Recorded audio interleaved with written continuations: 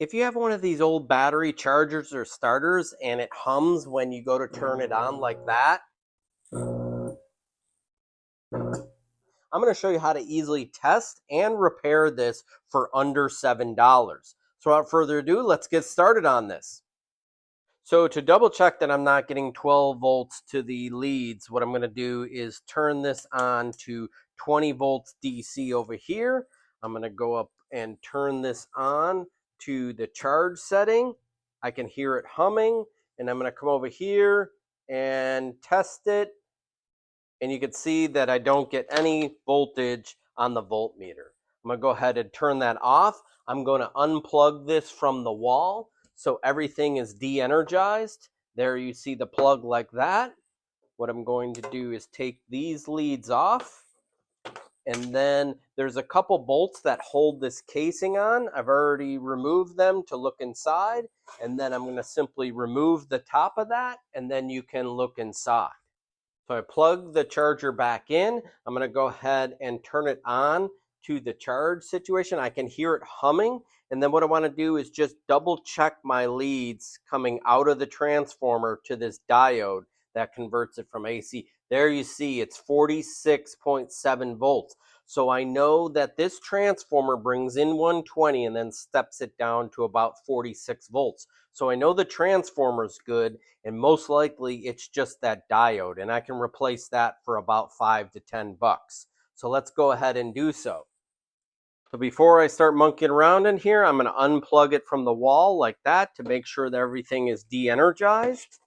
So here is the replacement diode. A link to this diode is below in the description and also above. This diode has a 50 amp rating because this is a starter and charger, so it requires the 50 amps. If it's just a charger, a 25 amp should be sufficient. You can see there's two different markings, a plus and an AC. This is the plus for the DC output. This is the AC input. And then all opposite that is the AC additional output. There's no markings over here. I'm not sure why. So these two here are the DC outputs. This is the AC inputs. So over here is the diode. I'm going to go ahead and remove the leads from the diode. This is the one coming from the AC transformer.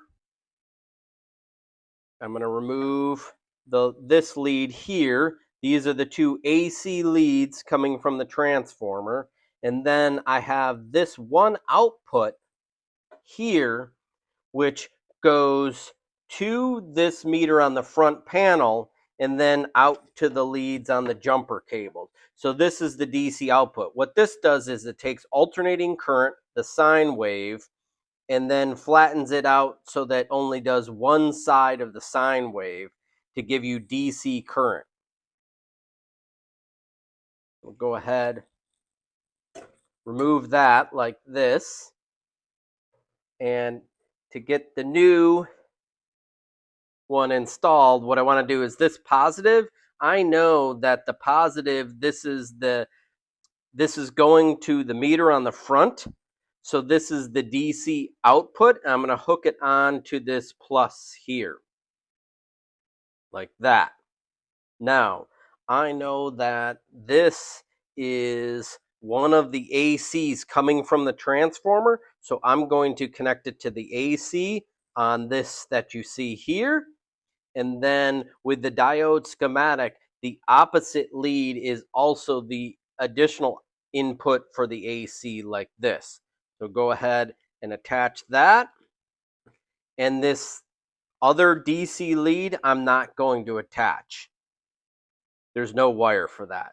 So I'm going to go ahead and mount this in this casing. It would be good if I had some thermal paste, which I don't. But I think what I'm going to do is I'm going to mount this so it acts like a heat sink for this diode onto the old diode to act like a ground. So I found a little screw that I could do so. Go ahead, put that in there, mount it on like this, tighten that down,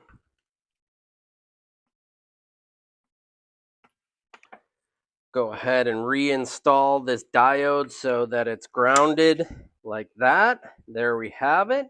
And before I put the cover on, let's go ahead and check this out. Now that I got the new diode installed, I'm going to go ahead and turn this multimeter to 200 volts DC. And I'm going to go ahead and plug this in. I'm going to turn this on to charge, so it's 10 amps. Go ahead and check the voltage up here, and I should get 12 volts outputted. There I have it, 12.4 volts that you see there. And then if I come over here and want to check the input, I got to switch this back to AC on the diode. You're going to see it goes from 26 volts AC. You'll see 12.5 volts DC. So there we have it. I'm going to go ahead and shut this off. I'm going to install the cover and everything's good to go. I hope you liked this video. Subscribe to my channel. If you have any questions, please leave in the comments, and thanks for watching.